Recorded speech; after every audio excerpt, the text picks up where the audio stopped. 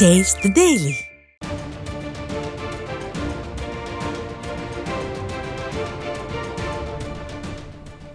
மற்றொரு அண்மைச் செய்தி. மக்கள் விரோத அரசை நடத்தி வரும் ஸ்டாலின் ஓரணியில் தமிழ்நாடு என உளறிக் கொண்டிருக்க பாதிக்கப்பட்டவர்கள் எதிர்க்கட்சித் தலைவரை நோக்கி படையெடுத்து வருகின்றனர். ஸ்டாலின் ஆட்சியில் பாதிக்கப்பட்டவர்களுக்கு நீதி கிடைக்காது என்பதை உணர்ந்து தமிழகமே தற்போது அதிமுகவை நோக்கி நகர்ந்து கொண்டிருக்கிறது. திருப்பூரில் வரதட்சணை கொடுமை காரணமாக உயிரிழந்த பெண்ணின் குடும்பத்தினர் நீதி கேட்டு எதிர்க்கட்சித் தலைவர் எடப்பாடி கே பழனிசாமியிடம் முறையிட்டுள்ளனர். சேலத்தில் அவர்கள் அளித்த பேட்டியை தற்போது பார்க்கலாம். திருப்பூர் மாவட்டம் அவினாசிலேருந்து வந்துக்கிறேங்க. இறந்து போன ரதன்யாவோட அப்பா பேசுகிறேன். என் பொண்ணுக்கு நீதி கேட்டு தாங்க வந்திருக்கிறேன். கண்டிப்பாக நம்ம தலைவர்னால ஒரு நீதி கிடைக்கும்னு. பிரேத பரிசோதனை முடிஞ்சோடனே நீங்கள் உடனடியாக எடுத்துகிட்டு போங்க, நாங்கள் உங்களுக்கு சப்போர்ட்டாக பண்ணுறேன்னு அங்கே லோக்கலில் இருக்கிற அதிகாரிகள், காவல் அதிகாரிகள், காவல்துறை கண்காணிப்பாளர் எல்லாமே ஒரு உறுதி கொடுத்து அந்த நம்பிக்கையில் நாங்கள் எடுத்துகிட்டு போனோம். ஆனால் எடுத்துகிட்டு போய் பொண்ணை அடக்கம் பண்ணதுக்கப்புறம் பார்த்தா நடக்கிறது எல்லாமே ஆளுங்கட்சிக்கு சாதகமாக, ஆப்போசிட் பார்ட்டிக்கு சாதகமாக எல்லாம் கூப்பிட்டு ப்ரெஷர் கொடுத்து இருக்கிற தடை தளிக்கிறதுக்கும் தேவையில்லாமல் நம்ம பொண்ணு மேலே கலங்கத்தை ஏற்படுத்துறதுக்கு உண்டான வேலை பண்ணிகிட்ருக்காங்க.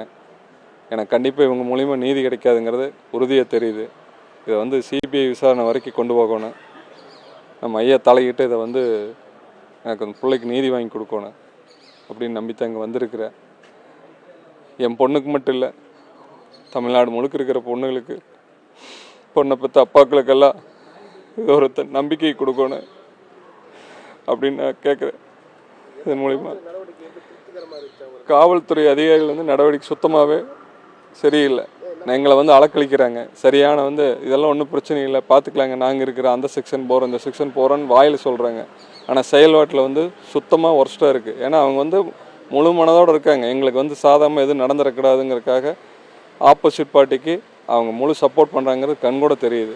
ஒவ்வொரு அதிகாரிகளும் மேலேருந்து ப்ரெஷர் வருதுங்க, சென்னையிலேருந்து வருது, செக்ரட்டரியேட்லேருந்தே கூப்பிட்டு பேசுகிறாங்க, நாங்கள் எங்களுக்கு ப்ரெஷரே தாங்க முடியல அப்படின்னு சொல்லி நேரடியாக வாய் விட்டு சொல்கிறாங்க. ஆடியோ நைட் அதே மாதிரி விசாரணைக்கு வாங்கன்னு சொல்லி போட்டு காலையில் 11 மணிக்கு வர வச்சு சாயங்காலம் 5 மணி வரைக்கும் காக்க வச்சு 5 மணிக்கு எங்ககிட்ட எதுவுமே கேட்கல. கையெழுத்து போட்டிங்களா, டைப் பண்ணதா, படித்து பாட்டிங்களா, சரி ஓகே நீங்கள் கிளம்புங்க. இதை சொல்கிறதுக்கு எதுக்காக காலையிலேருந்து 5 மணி வரைக்கும் வெயிட் பண்ண வைக்கணும் சொல்லுங்கள்? எத்தனை பரிதாபத்தில் இப்போ பரிதாபப்பிலையும் இருக்கிறனாங்க. பிள்ளை எழுந்துட்டு ஆமாம் 3 பேர்த்த கைது பண்ணேன்னு வெளியில் செய்தி போட்டிருக்காங்க. ஆனால் உண்மையான செய்தி அது கிடையாதுங்க. 2 பேர்த்த மட்டும்தான் கைது பண்ணியிருக்காங்க. கவின்குமார், ஈஸ்வரமூர்த்தி 2 பேர்த்த மட்டும்தான் கைது பண்ணியிருக்காங்க. இன்னும் சித்ராதேவி கைது பண்ணல. ஏன் கைது பண்ணலைன்னு கேட்டால் உடல்நிலை சரியில்லைன்னு சொல்லிக்கிறாங்க.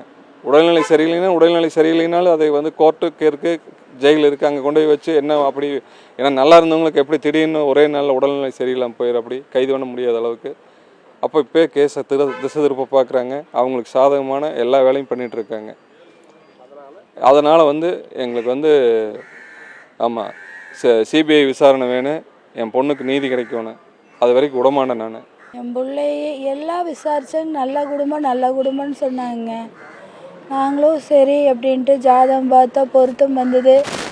சரி பையனும் விசாரிக்கும் போது நல்ல பையனாங்க, பையன் ஐஏஎஸ் பண்ணுறது அப்படின்னாங்க. என் பிள்ளை கன்ஃபார்மாக பண்ணுவீங்களான்னு கேட்டதுக்கு ஆமாம் நான் பண்ணிகிட்ருக்கேன், படிச்சுட்ருக்கேன்ட்டு எல்லாம் சொன்னாப்புல. நான் பொண்ணுமே நான் இன்னென்ன மாதிரி கேரக்டரு, நான் இப்படிங்க, நான் ஆன்மீக ஃபேமிலி, நான் இதைத்தான் எங்கள்கிட்ட எதிர்பார்க்குறேன் அப்படின்னு அவ்வளோ ஓப்பனாக என்ன சொன்னாலும் அதுதான் அப்போ நான் ஆசை. அது அந்த பையன் எல்லாத்துக்கும் சரி அப்படின்ட்டுருக்கு. கல்யாணம் ஆகி ஆச்சு. நாங்கள் எல்லா பணமுமே சரி வதியாக பண்ணாலும் எங்களை டாமினேட்டாக தான் நடந்தது. 300 பவுன் நகைங்க, காரு, அந்த பையனுக்கு செயின், ப்ரேஸ்லெட்டு, அவங்க பூடு புனியாச்சினிக்கு வெள்ளி பாத்திரங்க இதெல்லாம் வாங்கி கொடுத்தங்க. ஏன்னா நம்ம பிள்ளைக்கு பண்ணுறது இயல்பானது. எனக்கு பிள்ளை வாழ போகிற பிள்ளை சந்தோஷமாக இருக்கும், நம்ம பிரிப்பட்டு பண்ணுறோம்.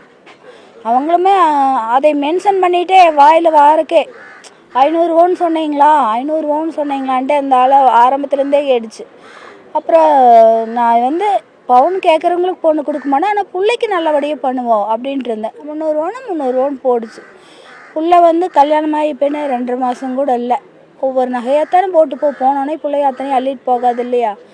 ஆனால் போகும்போது அவங்களுக்கு நாங்கள் காமிக்கிறோம், நாங்கள் வந்து உங்களை ஏமாத்தலேன்ட்டு ஒவ்வொன்றும் எல்லாமே பண்ணிகிட்டே இருக்கிறோம். அந்த பையனுக்கு பண்ணிகிட்டே இருக்கிறோம். அதுக்குள்ளே போகையில் ஒரு பங்கில் போட்டும் போது அந்த பையன் கேடிமான்னு செக் பண்ணுது, அவங்க அம்மா காது சொரையை செக் பண்ணுது. அது பிள்ளை வந்துங்க இது எல்லாம் பணங்காசுங்கிறது கூட நம்ம எப்படியோ அந்த கொடுத்தாலும் பிள்ளைக்கு தான் கொடுத்துருப்போம். ஆனால் பிள்ளை வந்துங்க அடைச்சி வச்சுட்டுங்க. இங்கே நாங்கள் முழுக்க ஆன்மீக ஃபேமிலி. அந்த பையன் நினச்சி நாங்கள் முழுக்க ஆன்மீக ஃபேமிலி. நாங்கள் அந்த பிள்ளைய ஒரு அடிப்படை மன அமைதிக்கு பூஜை ரூமுக்குள்ளே போகிறோம். நாங்கள் 2.5 லட்ச ரூபா ஒரு சாமி ரூம் இது பண்ணி படம் மாட்டியிருக்கோம். தீபம் போடக்கூடாது யாரை